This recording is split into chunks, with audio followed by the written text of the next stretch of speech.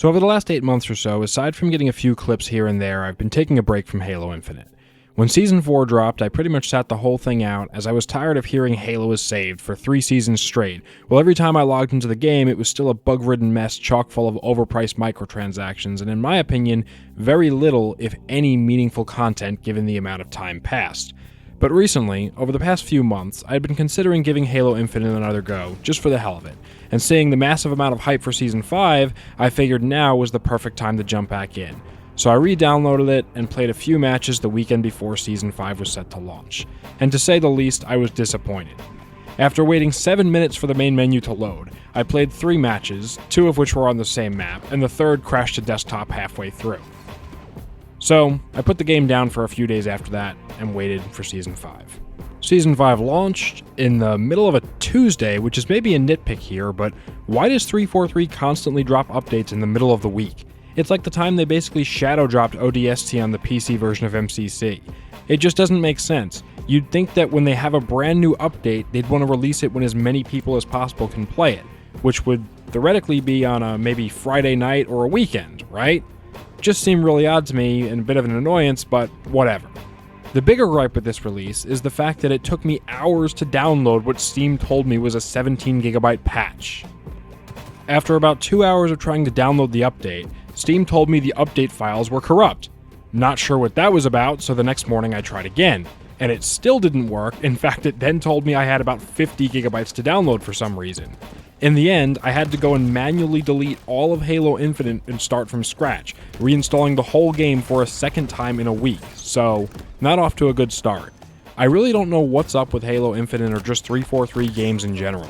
I've had similar issues with MCC, and this only seems to happen with Halo games for some reason. I have well over 100 games in my Steam library, and I've never had this problem with any of them. It's only a Halo issue. When I finally got the game installed properly, I have to admit, it was nice to see the new UI, getting a slight update where now about 2 years after release, the menu finally doesn't look like an alpha. Nothing too drastic was changed here, it just looks more complete and not like something that was thrown together in a few hours. It was also nice to see some familiar playlists, as well as some new ones. It took them way too long to add these, but better late than never, I guess. One of the best features by far of this update that was added way too late is the feature to toggle off the stupid little AI voices that narrates and patronizes you every match. Seriously, I don't know who thought these were a good idea. I have hated these things with a passion from day one. And the fact that the 2 or 3 you get by default were all equally annoying and always on really makes me think 343 did this intentionally to encourage players to buy new ones from the store to be less annoying. Getting into the gameplay of Season 5, one of the first things I had to try was the playlist dedicated to the new maps, Forbidden and Prism, which I have to say are both gorgeous. I've been very critical in the past about how overall I think Halo Infinite's a very ugly looking game, but these 2 maps are probably the best yet aesthetics-wise. I really like the themes too, with Forbidden giving me some serious Delta Halo vibes from Halo 2, and Prism being something I've always wanted to see, a needler crystal mine turned battlefield. Both maps play and look great, and I actually found myself enjoying Halo Infinite for the first time in a very long time. I'm a bit disappointed that this new season only brought 2 smaller maps with it though. I just feel like with all the microtransactions in this game, they definitely could have done something more with the update in terms of actual playable content, and this is really an issue I have with Halo Infinite as a whole, but that's something I'll touch on more in a bit. Moving on from the maps, we have something that I don't know if it was fixed this update or maybe it was fixed back in Season 4, but I've noticed that at least on my rig, the game seems to be significantly more optimized. Prior to recently, I experienced constant large frame rate drops even on medium settings. Using certain weapons like the skewer would tank my frames for some reason, and the whole game had extremely inconsistent performance at best. While the menus are still sluggish and slow to load, in-game performance has received a substantial upgrade. The same, however, cannot be said in terms of the desync that is still very much an issue. Over the course of just a few hours that I played, I had multiple melees not land when they should have, but a bigger thing I experienced was getting shot from around corners. I would find myself taking damage, getting into cover, and I would still be taking damage behind that cover. It really is infuriating that a game with this much money thrown at it, and 6+ years of development time still has these issues as well as others, but more on that in a bit. I briefly checked out Forge and the new AI, and I don't have that much to say about it. Forge is cool, if a bit confusing. 343 really needs to add some kind of tutorial to it. It just feels like what we had in Halo 5, which was amazing for its time, especially considering that Halo was originally only on Xbox during Halo 5, so having such an in-depth level editor was groundbreaking. But seeing as Infinite has been on PC since day one, I just feel like Forge is painfully average at best, if not clunky at worst. This is something I think a lot of Halo fans, being mostly console players, don't understand. Games on PC have had level editors in them, including level editors with AI and scripting for literal decades now. So what 343 has done here, while it is cool, it isn't particularly groundbreaking. If anything, it's subpar. Over the course of my play session, I did hop in the squad battle playlist that a lot of the 343 defenders were gawking at during Season 4, and honestly I found it pretty pathetic. Sure, the maps are cool, and massive props to the members of the community who made them, but at the end of the day, all of these maps are very obviously Forge maps. This is what I'm talking about, the level editor. Other games for literal decades have had these editors that allow you to actually make dev quality maps, but Halo Infinite is still working with this weird in-between with Forge. Ever since Forge released back in Season 3, I've been constantly hearing about how these Forge maps are virtually indistinguishable from actual dev maps, and that isn't just an exaggeration, but a straight-up lie. Take a look at this Exile remake in Halo Infinite. Now look at Exile in Halo 4. The Halo 4 version from 2012 looks significantly better, and the fact that a lot of people are counting all these Forge maps as having the same weight as official content is just sad in my opinion, and it goes to show how low the standards are for Halo right now. The same goes for the quote-unquote new weapon, which is just a variant of the Bandit, which in and of itself is just the DMR from Halo Reach without a scope and with a new childish Fortnite name. This all goes into what I was saying earlier. With all the money thrown at this game from Microsoft themselves, and the exuberant prices for store items in the Battle Pass, you'd think 343 could come up with more than this given the funding that they have. Look, I'll never be happy with the fact that there are so many microtransactions in modern Halo, but I could at least feel a lot better about it if we got an actual decent amounts of post-launch support. One of my biggest problems with Halo Infinite from the get-go has been the fact that Halo Infinite seems incredibly and ironically finite. The weapons sandbox is one of the most limited we've ever seen, the vehicle sandbox leaves a lot to be desired, and the overall scale of both the campaign and multiplayer can feel very minuscule. If 343 had these microtransactions and with it gave us some kind of massive maps like we saw in Halo 5 Warzone, or maybe every couple months we got a classic Halo vehicle added like the Spectre or the Revenant, maybe even a few new weapons, that would at least partially justify all the microtransactions. But right now, it seems like they're still doing the bare minimum even with the new management. Let's compare Halo Infinite to another live service game, Insurgency Sandstorm. Sandstorm is a game developed by a much smaller studio, yet it has a far better live service model with literal dozens of skins you get with the base game, as well as special store skins that aren't nearly as expensive as the ones in Halo Infinite. Add to this that every update we get larger, more visually impressive maps than what we see in Halo Infinite. Insurgency has also added countless new weapons for players to use, as well as modes and playlists. Now what do we get with Halo Infinite? 2 maps and $20+ flood skins. And the bad part is people are celebrating this.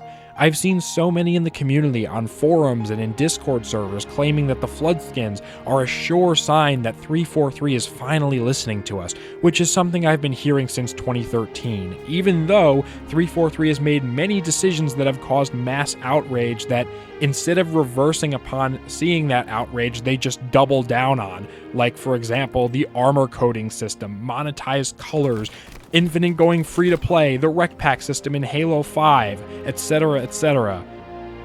That's another thing we have to talk about. 343 has been promising us cross-core customization for months now.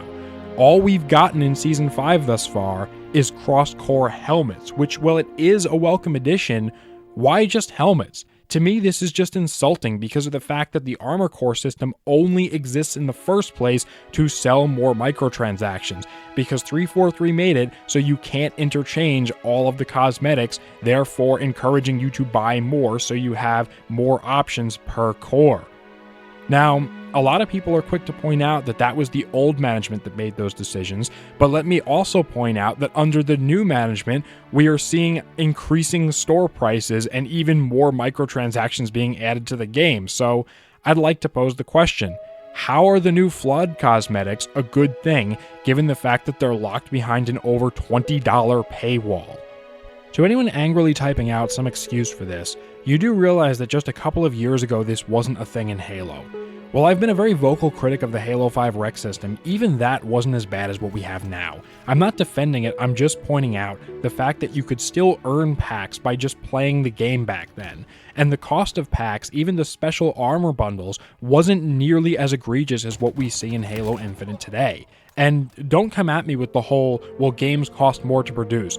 They don't cost that much more to produce from 2015 to today. Inflation is terrible, and the cost of everything has gone up ridiculously, but it's not that bad that we're seeing this much of a markup on things. This is just blatant greed at this point. Another thing I need to talk about is the quality control or complete lack thereof. Look at this clip here where my weapon charm warps through the top of my gun. This is something that happens almost every single match. Look at this other clip, which usually happens multiple times a match, where my character model just falls endlessly through the air, flailing his arms over and over again with a glitched animation. Look at the fact that there are no water physics at all in this game, or the fact that if you look down, you can't even see your character model's legs that you have to pay so much to customize. Water physics and first-person player models were something we had back in 2007 with Halo 3, and some other games had it even earlier than that. So why is it in Halo Infinite we're just seeing this constant lack of polish and detail that still persists 2+ years after release? Given all this, at this current moment in time, I don't see any reason to play Halo Infinite over, say, Halo 4.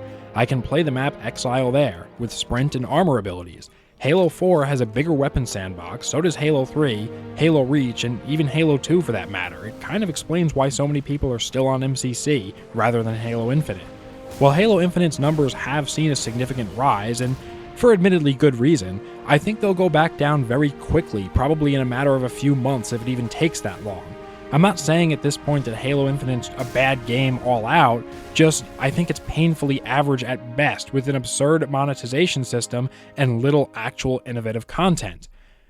Opening up the game and constantly being reminded of all the items in the store while I play through what are admittedly a couple of decent maps just isn't enough to keep me or many others playing Halo Infinite for more than a few weeks at best. After playing it for a day or two, I was already tired of it again and I'm ready to put it down.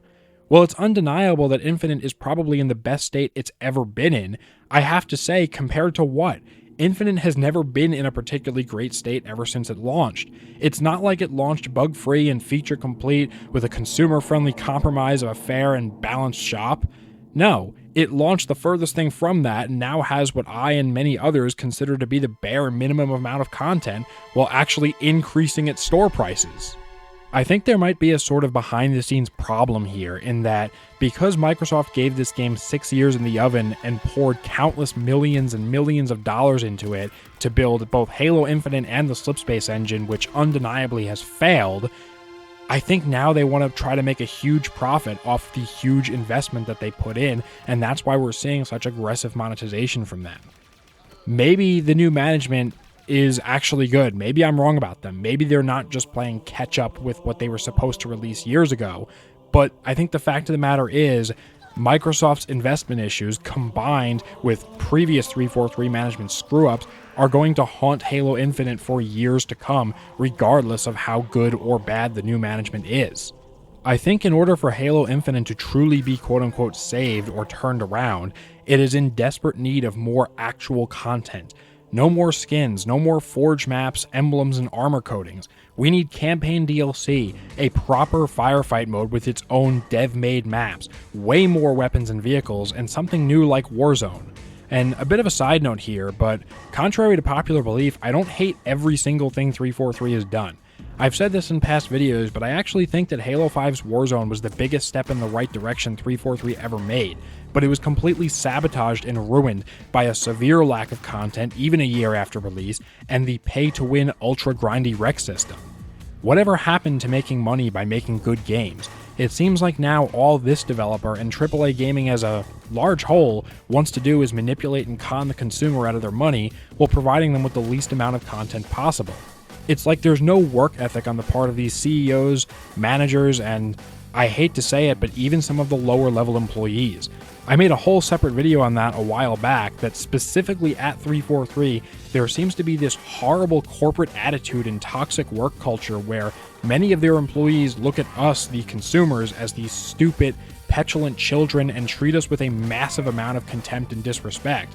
And I feel the need to point out that the employees that have done this, a lot of them still work at 343 even after the mass layoffs. But anyways, that's just my take. Let me know what you think in the comments below, and leave a like if you enjoyed or agreed with anything I said.